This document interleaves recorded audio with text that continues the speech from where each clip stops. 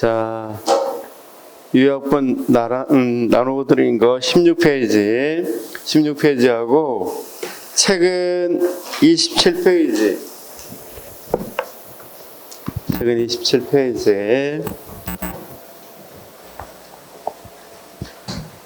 자, 지금 조직론 합니다. 조직론.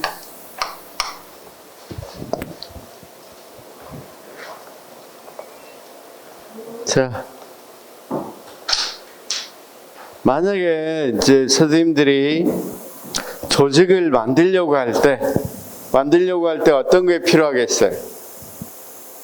그쵸? 어떤 조직을 하나 만들려고 할 때 거기 조직 구조와 이 구조 및 형태에서 먼저 조직 구조의 변수를 알아야 되겠죠. 그쵸? 그래서 조직 구조의 변수에서 어떤 변수가 있겠어? 일단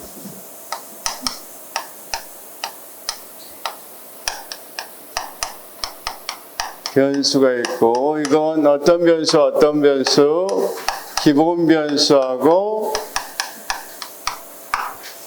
거기 상황 변수. 자, 16페이지 제일 좌측을 보면 조직 구조의 형성에서 의의가 있고 조직 구조의 변수라는 게 있죠. 거기 보니까 기본 변수하고 쭉 내려보면 어떤 변수가 있어요? 상황 변수라고 돼 있죠. 한 장 넘겨보면. 그럼 기본 변수와 무슨 변수가 있다? 상황 변수가 있다. 기본 변수는 우리가 조직을 만들 때, 자, 16페이지. 조직을 만들 때 어떻게 만들어야 될까? 쌤, 얼마나 공식화 시켜야 될 것인가? 그렇죠? 그 다음 얼마나 복잡하게 만들 것인가? 자, 그 다음 얼마나 직권화 시킬 것인가? 그렇죠? 그래서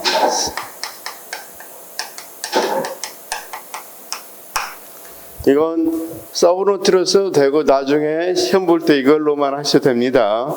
그래서 자, 세 가지가 뭐다? 변수다. 이게 이제 쉽게 와서 집을 짓는다 그러면 완전히 뼈대. 자, 이런 생각을 해봐. 우리 선생님들이 만약에 슈퍼마켓을 운영한다. 그러면 이제 내가 조직을 해야 되겠죠. 조직을 할 때 그러면 과연 어떻게 할 거냐? 공식화하는 건 뭐냐? 그쵸? 또는 얼마나 복잡하게 할 거냐? 슈퍼마켓을 복잡하게 만들 리는 없겠죠? 누구하고 누구? 사장하고 직원하고 알바 쓸 거예요? 그쵸? 알바 쓰면 알바하고 이 정도만 만들면 되겠죠? 그 다음 누구에게 권한을 주겠어요? 슈퍼마켓 하는데 만약에 CU 편의점 하는데 뭐 밑에 있는 직원들에게 권한을 많이 주면 안 되겠죠? 누가 주로 권한을 갖고 있어요? 그렇죠? 그런데 삼성같이 아주 대규모 조직이라고 생각해봐. 대규모 조직은 굉장히 어떻게 해야 되겠어? 공식화를 어느 정도 굉장히 공식적으로 드러내야 되겠죠. 명확해져야 되겠죠. 그렇죠? 이럴 때 부사장이면 부사장 이런 임원들도 명확히 나와 있어야 되겠죠. 그렇죠? 아니 조그만 편의점 한 데는 꼭 공식화할 필요 없잖아. 근데 당연히 공식화해야 될 거고 단순하게 해서 복잡하게 썼어요. 굉장히 복잡하겠죠. 복잡성. 그다음 너무 삼성을 하는데 모든 걸 다 이재용 부회장이 하면 되겠어요, 안 되겠어요? 힘들겠죠. 그렇죠? 이게 세 가지가 기본 변수 어떻게 할 건지. 그런데 상황 변수는 생각해봐, 쌤. 당연히 무엇에 따라서 이런 세 가지는 달라질 수 있겠어. 세 가지는 어떤 것에 따라 달라질 수 있겠어? 거기 보니까 뭐라고 되어 있습니까? 상황 변수는 조직 규모에 따라 달라질 수 있겠다. 그렇죠? 자, 조직 규모가 커지면 커질수록 공식화가 더 높아이 공식화 더 돼야 되겠죠. 직권성보다는 분권화돼야 되겠죠. 그 다음 복잡성은 어떤 거냐면 분업화 정도야. 분업화. 이 맡은 걸 세밀하게 나누는 정도니까 훨씬 복잡해야 되겠죠. 그 다음 조직 규모고 기술에 따라서도 변화되게 수 있겠어요. 기술.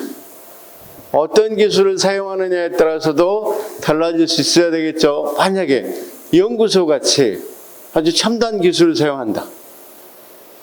그러면 분권화돼야 되겠어? 직권화돼야 되겠어? 아무래도 전문가들이 직접 하는 거니까 나사가 있는데 나사가 전부 다 뒤에 있는 장에게 모든 걸 다 보고하고 하려면 굉장히 시간 많이 걸리겠죠. 그렇죠? 그러니까 무엇에 따라 달라질 수 있겠어? 기술. 그 다음 무엇에 따라 달라질 수 있어요? 환경. 이게 상황 변수라는 상황 변수. 그러면 자, 봐요. 여기는 이제 기본 골격이다. 기본 골격인데 날씨가 추운지 안 추운지 그것에 따라 집이 달라져야 되겠죠. 또는 방금 이런 것들은 다 그럼 무엇에 해당돼? 환경이나 기술, 조직 규모는 무엇에 해당된다? 상황 변수에 해당된다. 여기까지 이해됐죠? 그 다음 그러면 조직 구조를 이렇게 변수를 가지고 세웠어요. 그 다음 뭐가 있겠어요? 어떤 원리에 따라서 이 집을 지을 건지 원리가 필요하겠죠? 다시. 자, 보통 우리가 원리 그러면 다른 게 아니라 이걸 잘 지키면 앞에 것이 잘 된다. 이렇게 이야기한 게 원리예요. 자, 그러면 자, 봅시다. 자, 이를테면 이 행정의 원리 그러면 이 원리를 잘 지키면 행정이 잘 된다. 이런 뜻이라고. 그렇죠? 자, 다시 한번 봐봐. 그럼 지방 분권의 원리 그러면 무슨 말이에요?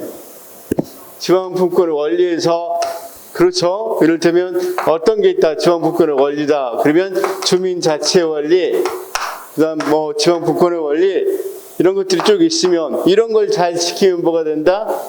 지방 자치가 잘 된다.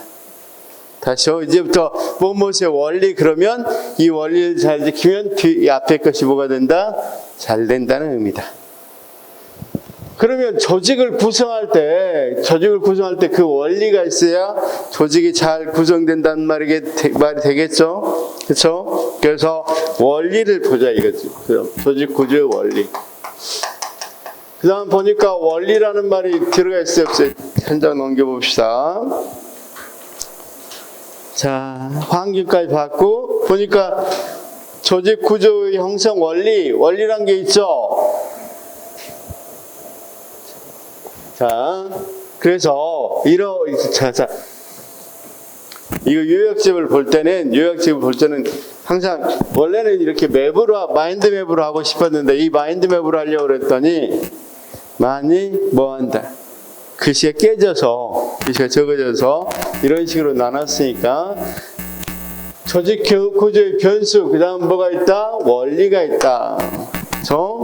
그럼 원리는 이 원리를 잘 지켜야 조직 구조가 잘 형성된다는 거죠. 그러면 그 원리는 어떤 원리가 있냐? 크게는 두 가지. 생각을 해봤어요. 자, 조직을 만들 때 어떻게 조직에는 사람이 있으니까 그 사람이 맡은 업무들이 있을 거 아니야. 맡은 업무를 어떻게 해야 되겠어? 처음에는 나눠줘야 되겠죠. 여러 사람들 직원을 뽑았으면 그 조직에서 업무에 따라서 나눠야 되겠죠. 그 원리를 무슨 원리? 분업의 원리. 그렇죠? 자, 그러면 나누었던 거 너무 나누면 뭐가 안 돼? 나누면 서로 간에 조정이 안 되겠죠. 그렇죠? 너무 나누면 그래서 무슨 원리가 있겠어요? 조정의 원리. 그럼 그 원리가 있는지 한번 봅시다. 조직 구성의 이 구조의 형성 원리 중에서 자, 분업 또는 분화의 원리 있어요, 없어요? 분화의 원리가 있죠? 그 다음 두 번째는 통합. 통합이나 조정의 원리가 있죠. 그래서, 자, 통합.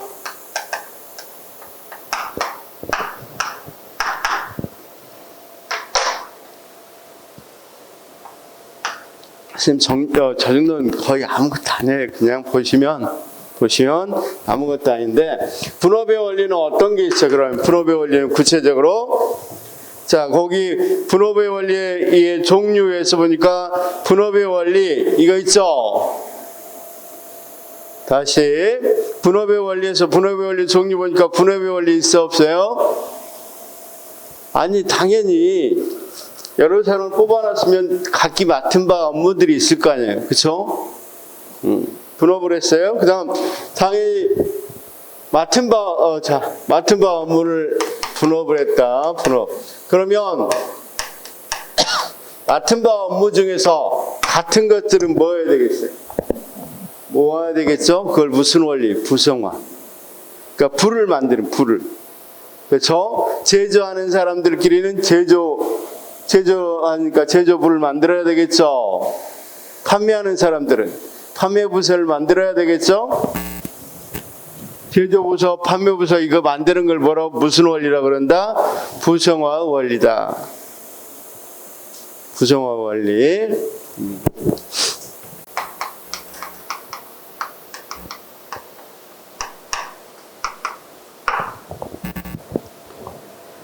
자, 그 다음에 이제 그 두 가지가 중요하고, 이렇게 만들 때, 자, 꼭 개선만 말고 참모, 막료도 만들면 좋겠죠? 그럴 때, 자, 개선하고 참모가 좀 명확히 구분하면 좋겠죠?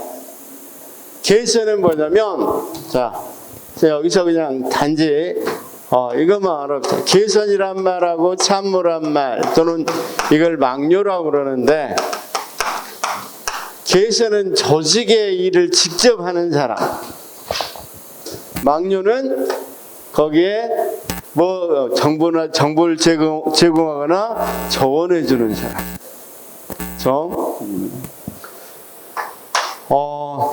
그래서 이런 개선을 뭐라고 부른다? 참모라고 불러. 참. 막료를 참모. 그래서 여기는 분업도 하고 부성화를 만든 뒤에 뭣도 개선과 참모를 뭐 해야 된다? 적절히 잘 배치해야 된다. 참모 조직의 원리.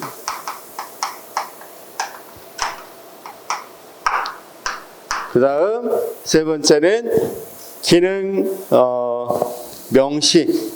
뭐 할 건지 명확히 해줘야 되겠죠. 어떤 기능을 해야 되는지 그런 기능 명시의 원리가 있다. 대강 어떤 건지는 대강 알겠죠. 그 다음 통합, 조정의 원리는 어떤 게 있어요? 조정하려면 자, 말 그대로 조정의 원리가 있어야 되겠죠. 통합하려면 조정의 원리. 그 다음 무슨 원리가 있어? 계층제의 원리가 있죠. 자, 계층제는 뭡니까?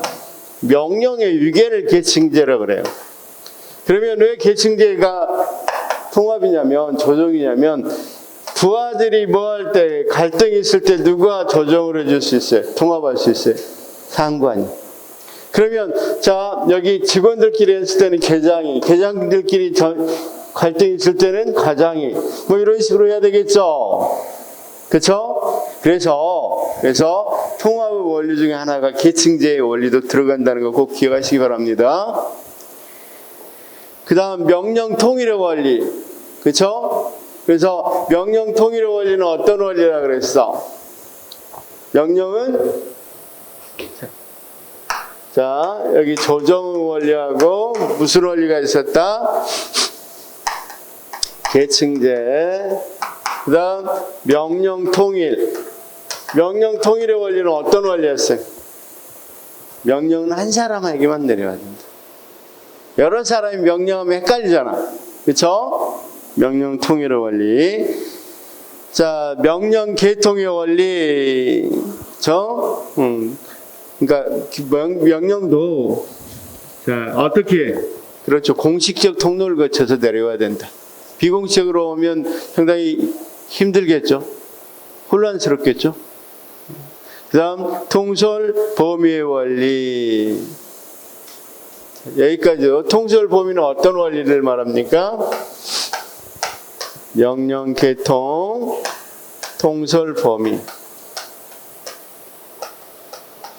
말 그대로 스팬 오브 컨트롤인데 통솔 범위라는 건 말 그대로 상사가 부하를 몇 명이나 통솔해야 되는지, 너무 많으면, 부하가 너무 많으면 통솔하기 어렵겠죠. 적당한 부하가 있어야 된다. 이게 통솔 범위의 원리다. 그렇죠? 이런 원리에 따라서 뭐가 이루어져야 된다. 일단은 크게 보면 조직이 이루어져야 된다. 그렇죠? 거기는 이제 다 장단점이니까 장단점은 조금 이따 하기로 하고. 자, 그러면 여기 이제 이걸 알았으니까 큰 것만 한번 보기 위해서 지워봅시다. 자, 먼저 조직을 만들려고 할 때 뭐가 필요하다? 재료가 필요하다.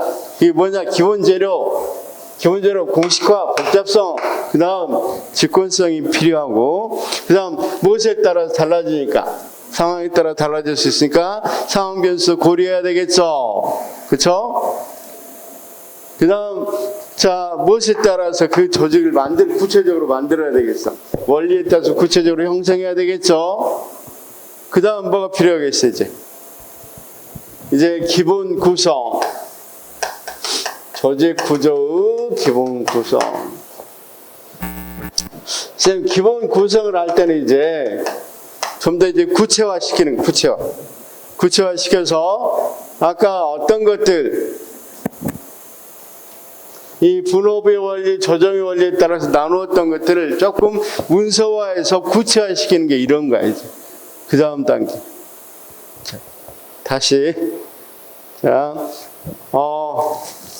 우리 선생님들이 스타트업을 시작했어. 이 사업을 시작했어. 사업을 시작할 때 뭘 만들었어? 조직을 하나 만들려고 해. 만들려고 할 때 항상 고민은 뭐가 있다? 이 세 가지. 근데 무엇에 따라 달라져? 그렇죠. 상황 변수. 그렇죠? 상황 변수에 따라서 조직 규모를 어떻게 할 건지, 내가 자본이 많아서 크게 만들 건지, 적게 만드는 건지, 조직 규모에 따라서 또 이런 것들도 달리할 수밖에 없겠죠? 기본 변수를. 그 다음 기술, 그 다음 환경, 이런 걸 고려해라. 그 다음 분업의 원리와 조정, 통합의 원리에 따라서 형성했어. 형성했으면 구체적으로 이제 기본 구성을 하는데 먼저 뭘 설계해 줘야 되겠어? 직무 구조를 설계해야 되겠죠? 말 그대로 뭐라고 되어 있어? 직무 구조 설계는 조직을 구성하는 기본 구성 요소인 직위가 담당하는 직무를 설계할 거. 이제 한 사람 한 사람이 맡은 바 업무를 좀 더 면밀하게 문서화 시켜 놓는 거죠. 그렇죠? 그 다음 그럴 때 이 문서화할 때 어떻게 할 건가? 과제 성격과 직무 전문화 이렇게 돼 있어. 조금만 이제 넘어가서 봅시다. 조금 구체적으로는 다시 들어가고. 그 다음 이제 아까 모였던 것들을 부서화의 원리에 따라서 이렇게 나눠놨던 것을 구체적으로 이제 부를 만들어야 되겠죠. 그걸 어떤 거? 부서화라고 그러죠. 부서화 방식 보니까 기능을 부서화할 수도 있고, 사업 부서화할 수도 있겠고, 지역 부서화할 수도 있겠고, 혼합 부서화할 수도 있다는 거죠. 크게 보면. 그 다음 마지막으로는 뭐 해야 되겠어? 쌤, 이거 해놓은 걸 다시 아주 구체적으로 하는 거야, 구체적으로. 이제 조정 같은 거 한다고 그랬잖아, 조정의 원리. 이거 지금, 이 기본적인 걸 설계해놨잖아. 첫 번째. 그 다음에 이 분업의 원리 했던 걸 부서화시켰죠. 그 다음 세 번째는 조정의 원리에 따라 있었던 것들을 구체적으로 이제 어떻게 조정할 건지 만들어야 되겠죠. 그게 바로 세 번째 나온 어떤 거? 여기 조정 기제라고 돼 있단 말이에요. 그래서 수직적으로는 어떻게 할 건지, 어떻게 연결할 건지, 그 다음 수평적으로는 어떻게 연결할 건지, 이렇게 돼 있단 말이에요. 자, 수직적으로 일할 때는 어떻게 할 건지, 수평적으로 할 때 어떤 게 할 건지, 수평적으로 서로 간에 조정할 때. 그래서, 자, 조직은 기본 설계를 한 뒤에, 그 다음 부서화하고, 그 다음 이걸 기본을 설계해 놨습니다. 분업의 원리에 따라서 부서화했습니다. 조정의 원리, 통합의 원리에 따라서 어떤가 한다? 서로 뭐가 잘 이루어질 수 있도록 조정기제를 구체화 만드는 거예요. 그래서 조정기제 보니까 먼저 계층제로 만들든지 규정과 규칙을 명확히 하든지, 그렇죠? 그 다음 계층 직위를 추가하든지, 만약에 갈등이 너무 심해. 그럼 뭐 할 수 있겠어? 한 단계를 더 만들어서 조정할 수도 있겠죠? 그렇죠? 과장들끼리가 너무 심하단 말이에요. 그러면 차장을 하나 만들어서 이들을 뭐 하려고 조정하는 부분을 하나 더 만들 수도 있겠죠? 그게 계층 직위의 추가. 그 다음 수직정보 시스템. 이거 수직정보니까 이 위아래로 가는 부분을 어떻게 한다? 완전히, 그렇죠, 정보화 시켜놓는다. 시스템화 시켜놓는다. 그렇죠? 자, 그 다음 수평적으로는 수직적으로는 그렇게 하는데, 수평적으로는 거기 있는 것처럼 서로 간에 정보 시스템을 공유하거나 직접 접촉할 수 있겠죠. 자, 좀 도와주세요. 또는 이거 할 건데 우리 이렇게 합시다 하고 서로 협의할 수도 있겠죠. 같은 직위끼리. 그 다음 뭐 할 수도 있겠죠. 태스크포스 만들 수도 있겠죠. 그 다음 사업관리자라고 외부에서 사업관리자를 선정해서 조정하게 할 수도 있겠죠. 조금 이따 자세히 설명할게요. 그 다음 사업팀, 프로젝트 팀을 만들 수도 있단 말이에요. 프로젝트 팀. 자, 결국은 지금 여기서 조직론에 지금 오늘 오늘 지난주부터 좀 배웠지만, 배웠던 것은 어떤 거다? 조직 구조를 어떻게 만들 것인가. 그렇죠? 거기에 대한 것들이 쭉 써져 있단 말이에요. 그래서, 자, 그러면 이렇게 만들었어. 만들고 나니까 뭐 어떤 형태가 보이더라. 자, 선생님 봐봐. T구조, 28페이지 보니까 T구조, L구조, R구조 형태로 나올 수도 있겠고, 그쵸? 이렇게 만들어 놨을 때, 말 그대로 T구조는 어디에 힘이 있는 거, 권력이 있는 거, 상층부에. L구조는 골고루, 계층마다. R구조는 옆으로 이렇게 있는 것들을 이야기할 수 있겠다. 그 다음 또는 어떻게 나올 수도 있다? 고층 구조하고 저층 구조로 나올 수 있겠다. 그쵸? 고층 구조는 계층이 여러 가지, 아주 높은 계층. 저층 구조는 계층이 어떻게 되는 거? 그쵸? 낮은 거. 그래서 자, 여기까지 이제 봐봐. 그렇지 않은, 또는 이걸 이런 구조 속에서 고전적으로는 이런 것에 정확히 입각해서 만든 게 뭐다? 관료제야, 관료제. 그렇죠? 그래서 그 다음 장에는 당연히 어떤 것을 공부하겠어? 관료제를 공부하겠죠.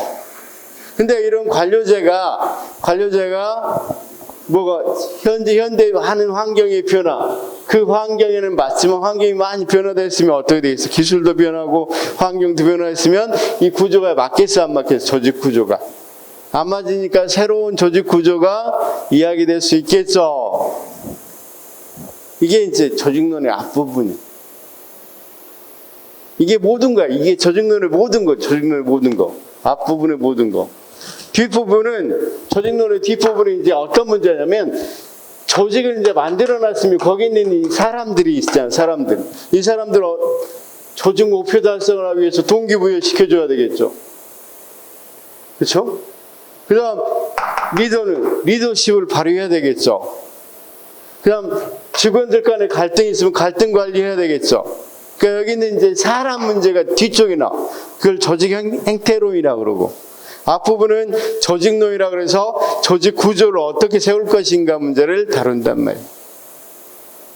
그럼 앞부분은 이것만 알면 거의 대부분은 다 이해할 수가 있는 거죠. 그렇죠? 그래서 자, 행정학에서 조직론은 어려운 거 전혀 없고 밑에 있는 크게 조직론에는 조직 이론 구조하고 밑에 있는 어떤 게 있다? 조직 행태론이라 그래서 조직 속의 사람들 관리를 어떻게 할 것인가 그 두 가지로 돼 있다. 그렇죠? 여기까지 이해가 됐어요? 자, 그래서 지난주에는 우리가 이걸 공부했었어요. 이 기본 변수하고 상황 변수를 공부했어요. 다른 거 없어요. 기본 변수, 상황 변수. 시험 문제는 거의 대부분 이렇게 나왔어요. 조직 규모가 커지면 어떻게 될 거냐? 공식화 될 것이다. 더 복잡해질 것이다. 그 다음 직권화보다는 분권화 될 것이다. 자, 기술이 어떻다? 여기 우리 쌤이 이게 다 정리되어 있어요. 거기 보면 자, 16페이지 먼저 보시면 16페이지 보면 객관이라고 해서 자, 우리가 객관적 상황 변수에서 규모, 기술, 환경, 그 다음 조직의 기본 변수에서 공식화, 직권화, 분권화, 복잡성 이거 나와 있죠.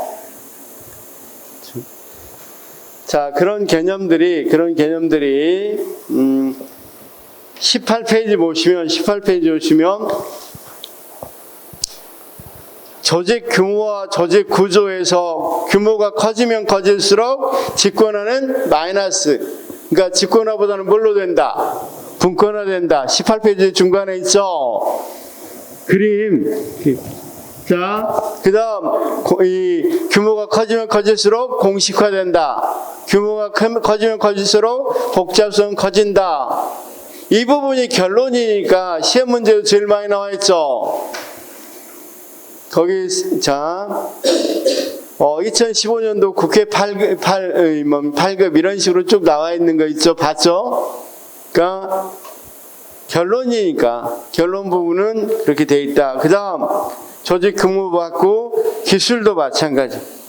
기술도 여러 학자들 이야기도 나왔지만 결국 20페이지 보면 기술과 조직 구조의 기본 변수, 자, 기술과 복잡성, 기술과 공식성, 기술과 직권성 이거 나왔죠. 그래서 이번에는 비일상적인 기술일수록 어떻게 되겠어?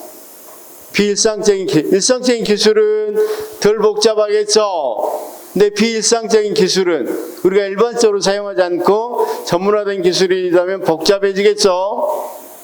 그 다음, 자, 비일상적인 기술일수록 공식화가 낮아지겠죠. 그 다음, 비일상적인 기술일수록 직권 위에서 할 수가 없겠잖아. 그렇죠? 그래서 직권화가 낮아진다. 이게 결론이야, 결론. 중간에 있는 건 이제 학자들 이야기. 근데 우리가 지금 뭐 하고 있는 거, 우리가 시험 보려고 하는 것은 주로 이런 결론적인 부분을 주로 내지 학자 부분은 잘 안 내요. 학자 부분은 보통 7급이나 또는 어디에서 7급에서도 인사 조직 뭐 이런 거 있죠. 이런 데서 내거나 경찰 간부 시험 같은 데서 사람 이름 나오는 거고, 우리 시험에서는 거의 대부분 어떤 거 결론 부분만 낸단 말이에요. 규모가 커질 때 어떻게 되느냐? 규모가 커질 때 기본 변수는 어떻게 변하느냐? 기술이 비일상적일 때, 그리고 또 기술이 당연히 일상적일 때, 비일상적일 때 두 가지로 나올 수 있겠죠. 그 다음 환경이 뭐 할 때, 불확실할 때 어떠냐 이렇게 나온단 말이에요. 그럼 환경의 불확실성은 어디에 나와 있었어요? 자, 거기 22페이지 보면, 자, 기본 변수에서 세 가지가 딱 정리되어 있죠. 밑에 중간에, 자, 규모, 기술, 환경의 불확실성이 높을수록 이렇게 되어 있죠. 22페이지. 지난주에 했던 거니까. 그럼 모든 결론은 이거죠. 모든 결론은 이거 보는 거예요. 이거 보는 거. 여기까지도 이해는 됐죠? 그러면 자, 그다음 이제 여기를 거의 그러니까 기본을 알고 나머지 이제 기술에 대해서 어떻게 변할 때 어떤 공식화가 어떻게 될까요? 이런 것들을 이야기하는 학자들 이야기들이 거기 나와 있는데 그건 기본을 알 뒤에 보시면 훨씬 쉬워진단 말이에요. 그다음 이제 원리에서 보면 아까 분업의 원리하고 무슨 원리가 있다 그랬어요? 통합의 원리. 그쵸? 그래서 분업의 원리와 통합의 원리가 어떤 건지를 시험 문제에서 나오는데 한번 볼까요? 자, 우리가 이 분업의 원리, 통합의 원리 펴고 자, 오늘 나눠드린 것 중에서 1페이지라고 되어 있는 거 형성평가 문제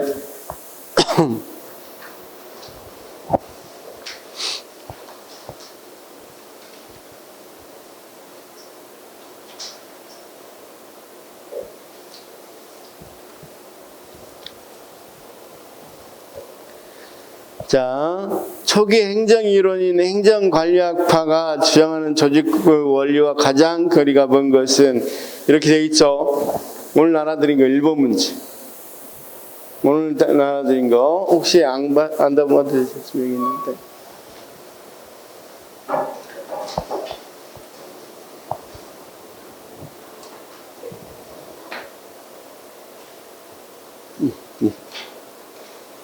자, 우리가 지금 원리라고 배운 건 고전적인 거라고 그랬죠? 그쵸? 우리 쌤 안 갖고 없어요?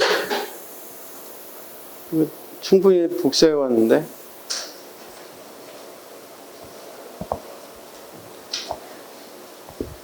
거기 보면 우리가 배웠던 고전적 원리인데 1번 문제는 답이 몇 번이겠어요? 1번 문제는 딱 봐도. 여기 없으면 1번 문제 답이겠죠? 답은 어떤 건 여기 없어. 방금 우리가 이야기한 원리 없어. 권한 유임 같은 거 없죠? 그렇죠?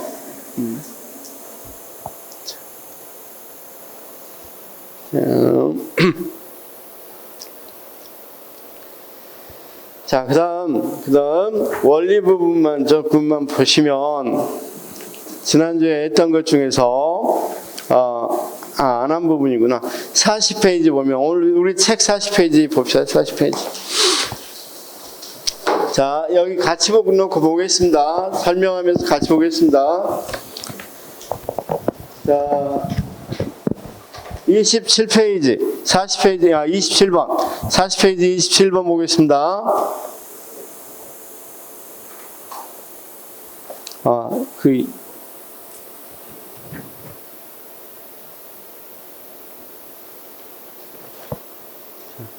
27번부터 먼저 한번 볼까요? 그 앞에도 있구나. 미안합니다. 쌤. 앞부분도 있네요. 미안합니다. 39페이지부터 한번 볼까요? 39페이지 15번.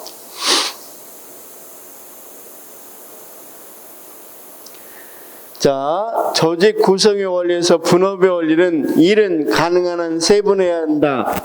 맞죠? 아까 분업의 원리라고 그랬죠? 16번. 조직 구성의 원리에서 통솔 범위의 원리는 한 명의 상관이 감독하는 부하수는 상관의 통제 능력 범위 내로 한정해야 한다. 이거 맞죠?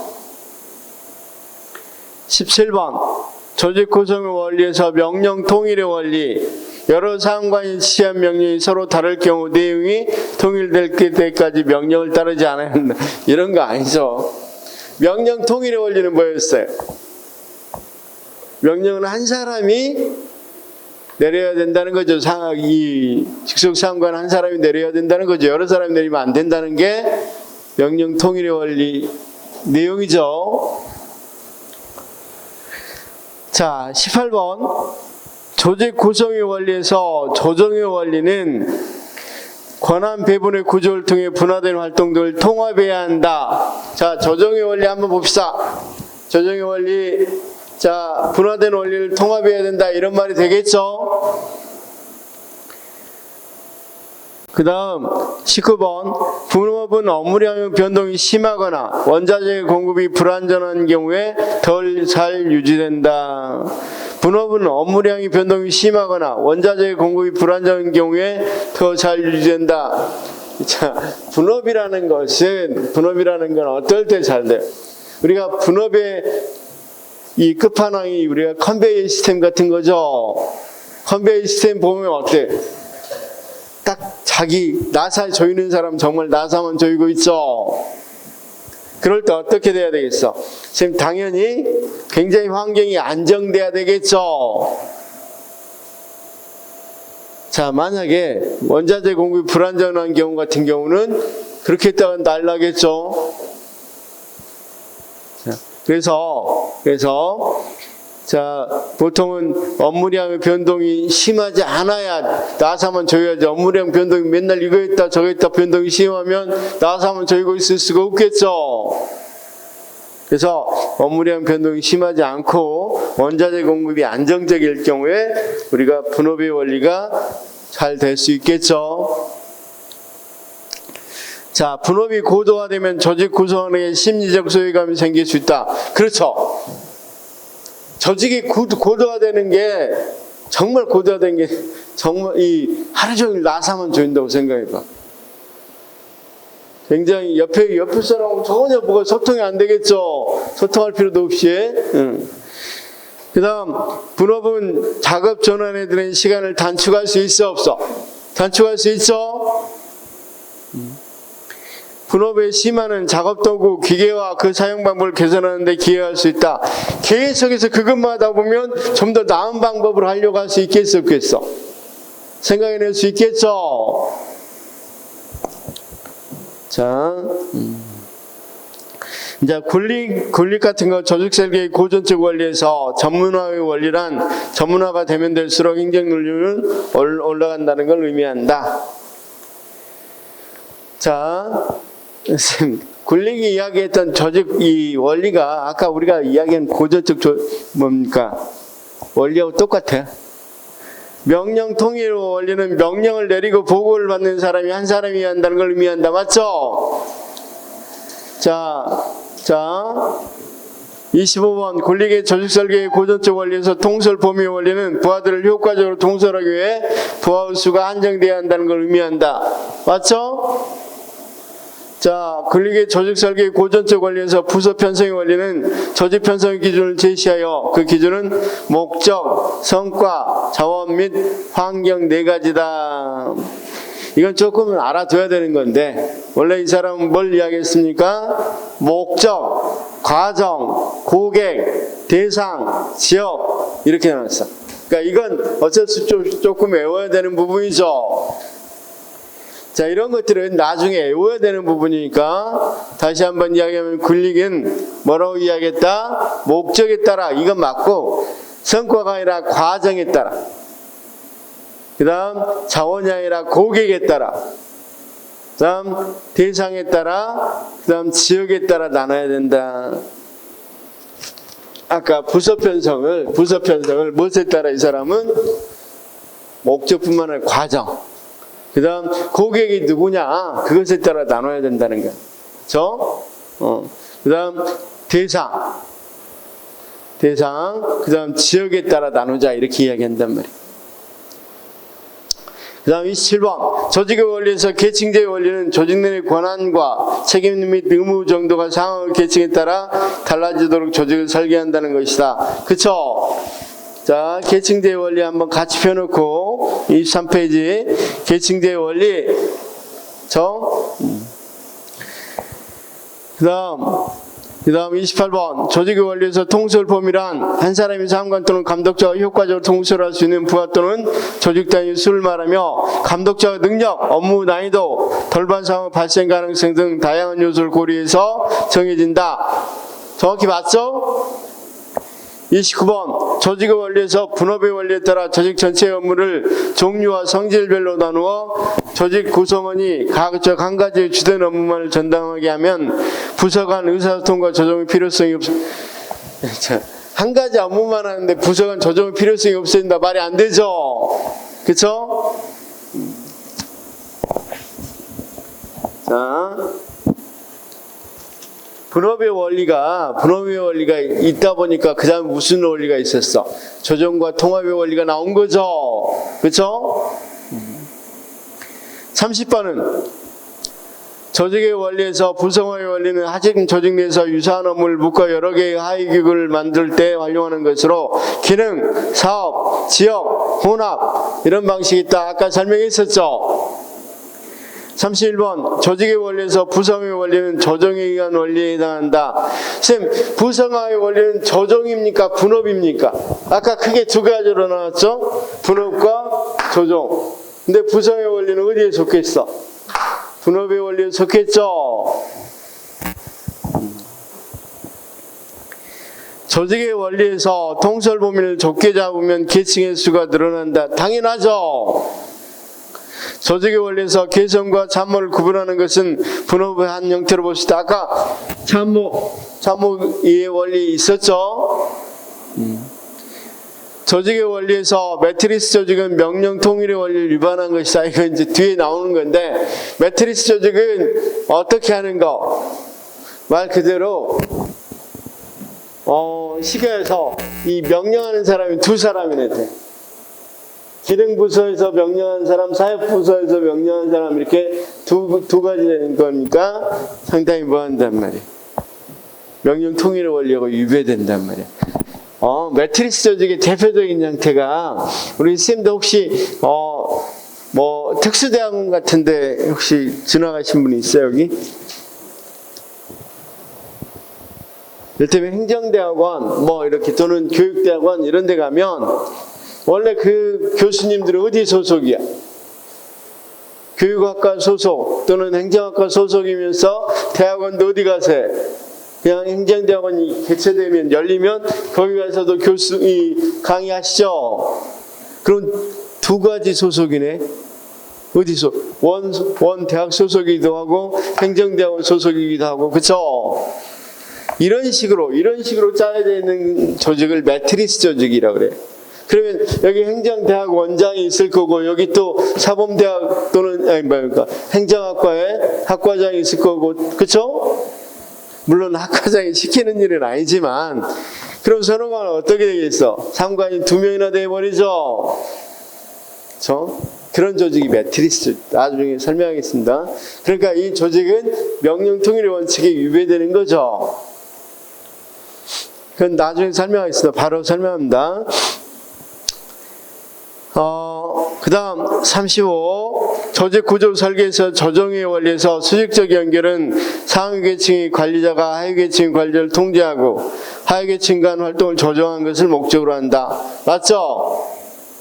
계층제 원리에서 조직 설계에 있어서 조정의 원리에서 수직적 연결 방법은 아까 수직적 연결 방법에는 어떤 게 있었어요? 조정 기제 한번 봅시다. 수직적 연결 방법. 자, 26페이지 보니까 수직적 연결 방법에는 계층제, 그 다음 규칙과 계획, 계층 직위의 추가, 수직정보 시스템 이렇게 되어 있죠. 지금 26페이지, 요약집 26페이지.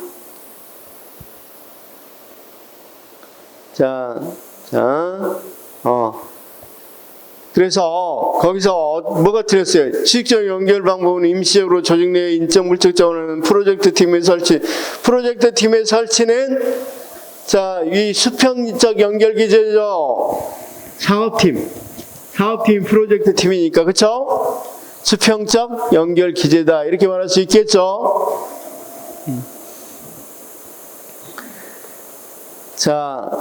자, 그래서 36번 틀렸고 37번 조직 구조의 설계에 있어서 조정의 원리에서 수평적 연결은 동일한 계층의 부성 간 조정과 의사소통을 목적으로 한다. 그렇죠. 수평제니까 동일한 계층 맞죠? 자, 38번. 조직 구조 설계에 있어서 조정의 원리에서 수평적 연결 방법으로는 다수 부서 간의 긴밀한 연결과 조정을 위한 태스크포스 설치 등이 있다. 수평적 연결 기제에서 임시작업단 태스크포스 있어. 그쵸? 거기 TF라고 되어 있는 거, 태스크포스. 그쵸? 자. 여기까지가 이제 기출문제에 나왔던 2015년부터 2022년까지 나왔던 21년까지 나왔던 지문입니다. 기출. 무엇에 대한 지문. 조직 구조의 원리에 대한 지문이야. 지문. 자, 지금 지문을 쭉 읽어갖고 이 지문은 상당히 어려운 뭡니까? 꼭 우리 9급 문제뿐만 아니라 7급 또는 뭐 서울시 7급 뭐 이런 다 들어가 있는데 지문들 어려워 안 어려워? 그렇게 어려운 거 없죠? 이거 두 가지만 잘 알고 있으면 이 원리 문제에서는 문제를 거의 다 해결할 수 있겠죠? 그래서 자, 구조의 변수, 구조의 원리, 그다음 자 여기에 관해서는 거의 시험에 안 나왔어요. 여기 그러면 시험에 안 나온 건 굳이 볼 필요 있겠어 없겠어? 그냥 이런 게 있다 정도로만 알아두시면 되겠죠? 여기에서는 주로 어떤 것만? 조정 기제 형태로만 좀 나왔죠? 여기 구체화예요. 여기 구체화. 이거 해놓은 곳에 구체화니까. 자, 아까 이걸 구체한 게 기본 설계고, 이걸 구체한 게 부서화고, 이걸 구체한 게 조정기구. 그렇게 이야기했었죠? 그래서 자, 지난 시간에 여기 부분까지 했습니다. 자, 그다음 나머지는 좀 넘어가도 되고. 선생님, 관료제. 자, 여기 봐봐.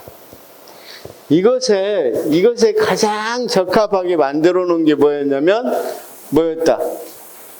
관료제다, 관료제. 그러면 관료제는 분업의 원리, 계층제의 원리 이런 것들을 다 지켜서 아주 뭐한다? 고전적으로 가장 알맞게 만들어 놓은 거란 말이에요. 그렇죠? 그러면 왜 이런 것들이 일치하는지 관료제에 대해서 잠깐 이야기해 보겠습니다.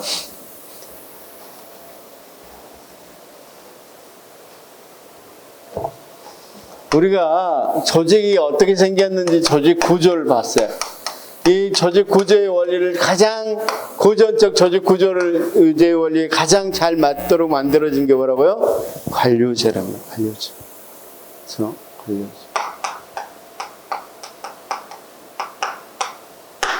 그렇죠? 그러면 이제 관료제의 어떤 것들 기본을 알고, 자, 이건 그러면 어떻게 했었어요, 쌤? 지금까지 쭉 굉장히 많이 관료제 형태의 조직들이 이루어져 있었겠죠. 그런데 많은 변화가 있으니까 이제 관료제가 비판을 받게 된단 말이에요. 그래서 자, 관료제가 왜 주류가 될 수밖에 없었는지 이야기를 조금만 해드리면 이렇습니다. 우리가 산업사회는 어떤 사회예요? 산업사회는 자, 소품종 대량 생산이죠. 산업사회를 한번 잘 생각해보세요. 농업사회에서 산업사회로 넘어오면서 자, 대표적인 게 포드 자동차예요. 포드 자동차. 혹시 포드 자동차 보셨어요?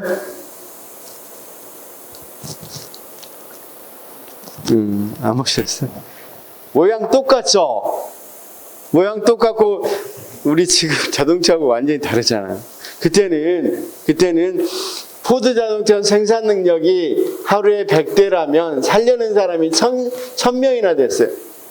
그러니까 쉽게 말해서 공급자하고 수요자가 이렇게 있다면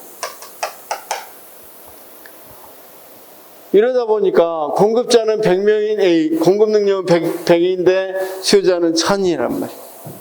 그럼 누가 중심이겠어? 공급자 중심이겠어? 소비자 중심이겠어? 누가 힘을 얻겠어? 누가 힘을 가졌겠어요? 공급자가 가졌겠죠. 만약에 소비자가 이거 안 좋은데 그럼 사지 마. 너 안 사더라도 900명이 기다리고 있어. 이렇게 나오겠죠. 그래서 수요자 중심 사회고 양이 중요해. 얼마큼 많이 생산하는 게 중요해. 질이 중요한 게 아니라. 그래서 자, 산업사회는 공급자 중심이고 양을 중시했단 말이야. 그러니까 품종을 똑같이 하고 많이 생산하는 게 중요해. 컨베이어 시스템 많이 돌리면 돌릴수록 많이 생산할 수 있겠죠. 하루에 1000명 걸 소화하려면 굉장히 힘들겠잖아. 그런데 시대가 변해서 공급 능력이 엄청 향상됐어요. 자동차 공급 능력이 한 해에 10,000대를 생산해, 하루에. 그런데 소비자가 1000명밖에 없어. 그럼 어떻게 되겠어요? 이제 누가 중심이겠어? 소비자가 중심이고 양이 중요해, 질이 중요해. 질이 중요하겠죠. 그렇죠? 그러면서 자, 이런 사회적인 변화가 일어나면서 소비자 중심이 되면서 여기 한번 봅시다. 산업사회에 가장 먼 게 적합했던 게 이런 관료제라는 조직이었단 말이에요. 이 조직이 산업사회에서 가장 적합한 모습을 보면 우리가 산업사회에 가장 적합한 그러면 컨베이어 시스템이겠죠. 아까 소품종 대량 생산해야 되는 거니까 컨베이어 시스템은 어땠어? 완전히 분업화돼서 딱딱 자기 일만 하고 아까 나사 조인 사람 계속 나사만 조이면 되겠죠. 그런 것들을 조직론적으로 가장 잘 실현하는 게 관료제. 예를 하나 들어볼까요? 시청 같은데 관료제적으로 되어 있는 시청. 관료제는 특히 어떤 걸 강조한다 그랬어? 규정과 규칙을 강조해. 그냥 여기서는 듣기만 해요. 나중에 자세히 할 거니까. 그래서 딱 정해놔. 규정과 규칙으로 어떤 업무만 딱딱 해라. 그렇죠? 그리고 자, 한번 잘 봅시다. 여기는 정의적인 이 감정적인 걸 완전히 없애버렸어. 그래서 자, 음주운전 같은 거 할 때 음주운전 때 알코올 농도가 얼마면 면허 정지, 얼마면 면허 300일, 또는 얼마면 면허 취소, 이렇게 쭉 해놓고 모든 걸 똑같이 적용하죠. 그렇죠? 그래야 뭐 할 수 있어? 많은 일을 뭐 할 수 있단 말이야. 해낼 수 있단 말이야. 그래서 관료제는 이 산업사회에서 가장 적합한 조직체제였어. 그냥 시켜서 관료제는 소품종 대량 생산하듯이 많은 이 민원인들의 빨리빨리 일 처리해 줄 수 있는 최고의 조직이야. 그런데 이렇게 사회가 변했으니까 관료제가 변해야 되겠어. 이제 맞겠어, 안 맞겠어? 안 맞으니까 새로운 이 조직들을 굉장히 이야기할 수밖에 없겠죠. 그렇죠?